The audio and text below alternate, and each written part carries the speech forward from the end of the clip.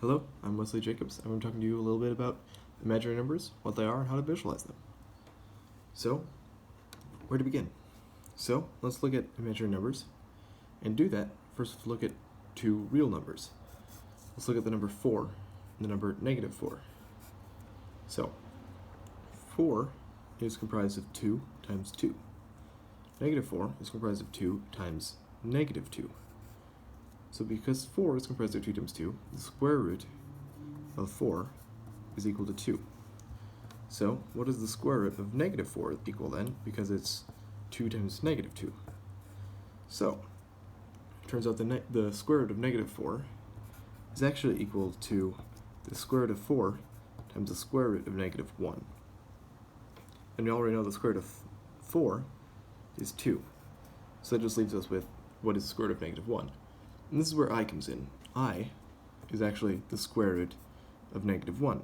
This is because I is this weird kind of limbo number that's between positives and negatives. It sounds a little bit hard to visualize, but that's the next step.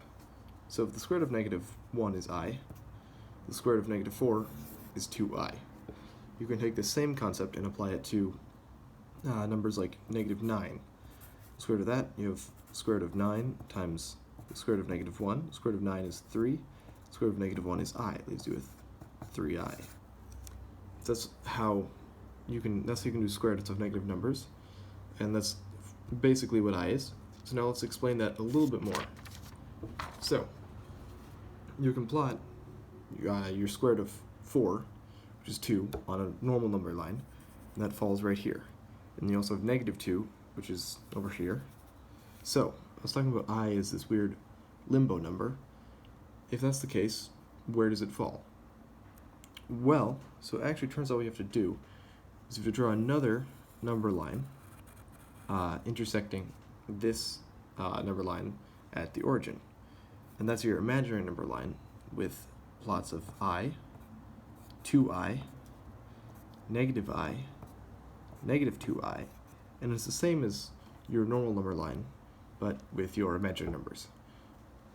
And this is where that limbo part of it actually begins to make a bit more sense, because you have it intersects here, which is 90 degrees away from your real number line, and then it's another 90 degrees back to the other side. So it's kind of a full flip over, and you can envision that right there. So that's a little bit about imaginary numbers. Hopefully this shows you what they are and how to visualize them. That'll be all. Keep doing math.